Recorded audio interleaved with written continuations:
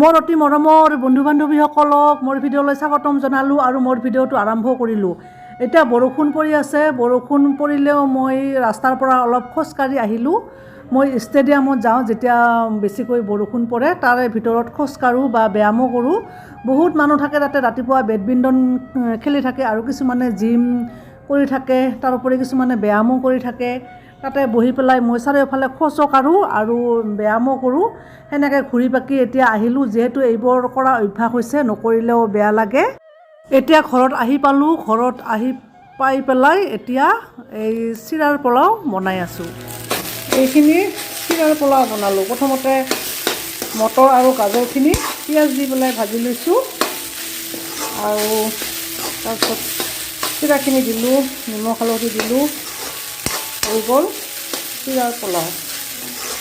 এতিয়া চিৰাৰ পোলাওখিনি খোৱা হ'ল আৰু এইবোৰ দেখিছেনে লাজ লজ্জা নোহোৱাকৈ কেনেকৈ ফটো উঠিছে। ইহঁতৰ অলপৰ নীলাজ, অলপৰ লাজ লজ্জা বোলা বস্তুৱে নাই ইহঁতৰ।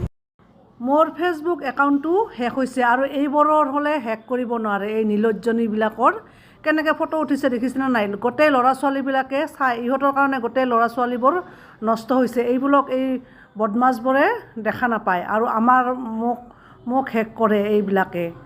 ইমান বদমাছ এইবোৰ। আৰু এতিয়া ফুৰিবলৈ যাবলৈ ওলালোঁ, আমি শ্ৰাদ্ধত যাবলৈ ওলালোঁ। এতিয়া গাঁৱত যিহেতু মানুহ মৰিছে, তাতে যাবলৈ ওলালোঁ মিষ্টাৰ আৰু মই।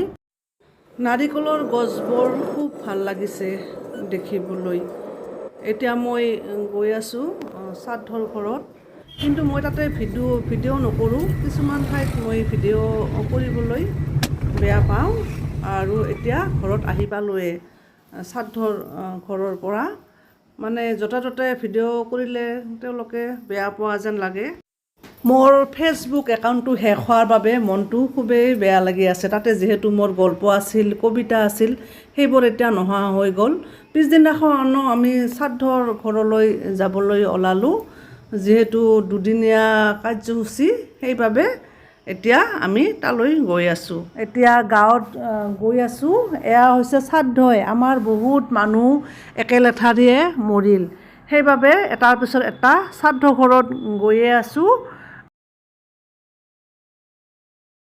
মানুহবোৰ মৰা দেখা পাওঁ, তেতিয়াহে মনলৈ আহে যে জীৱন দুদিনীয়া।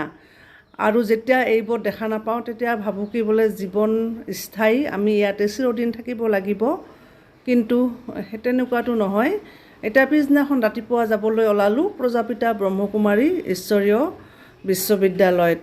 মই তাতে মাজে মাজে গৈ থাকোঁ। কিছুমান ছোৱালীয়ে ইমান বেয়াকৈ ভিডিঅ' বনায়, এইবিলাক চাই চাই ল'ৰাবিলাক বেয়া হৈছে। আৰু এই দুৰ্ঘটনাবোৰ সেইবাবে হৈ আছে, ধৰ্ষণৰ পৰা আদি কৰি, হত্যাৰ পৰা আদি কৰি। যিহেতু এই ঘটনাবোৰ এতিয়া খুবেই সুলভ হৈছে, ব্লু ফিল্ম চোৱাৰ এতিয়া কোনো দৰকাৰ নাই, মোবাইলটোতে চবেই দেখা পোৱা যায়। সেইবাবে আজিকালি এইবিলাক যে হৈছে ঘটনাবোৰ, এইবিলাক এই মোবাইলৰ বাবেই হৈছে। আৰু সেইবিলাক সকলে হেক নকৰে। আৰু মোৰ এই ফেচবুক একাউণ্টটো হেক হোৱাৰ বাবে মোৰ খুবেই খং উঠি আছে। এই মৰাহঁতে এইবোৰকলে দেখা নাপায়, ইহঁতে যে ইমান নিৰ্লজ্জভাৱে ভিডিঅ' বনাই আছে নগ্ন হৈ, আৰু আমাৰ নিচিনা মানুহবোৰকহে ইহঁতে হেক কৰিব আহে। মানে কি ক'ব আৰু, আজি আমাক মানে চজা মানুহবিলাককহে বলে পাৰে, তেৰা মানুহবোৰক আজিকালি বলে নোৱাৰে। আমাৰ নিচিনা চিধা চাধা মানুহবিলাকৰ মৰণ হৈছে। আমাৰ ঘৰৰ ওচৰত মই বহুতকে লগ ধৰোঁ, লগৰ লগত গ'লে ভাল লাগে, অকলে যাবলৈ বেয়া লাগে। এতিয়া মই গৈ আছোঁ দেই মোৰ বন্ধু বান্ধৱীসকল। আৰু ভিডিঅ'টো কেনেকুৱা লাগিছে নিশ্চয় জনাব। যদি ভিডিঅ'টো ভাল লাগে লাইক, কমেণ্ট আৰু শ্বেয়াৰ কৰি মোক উৎসাহিত কৰিব বুলি আশা কৰিলোঁ। আৰু মোৰ ফালৰ পৰা আপোনালোকক নমস্কাৰ জনালোঁ দেই।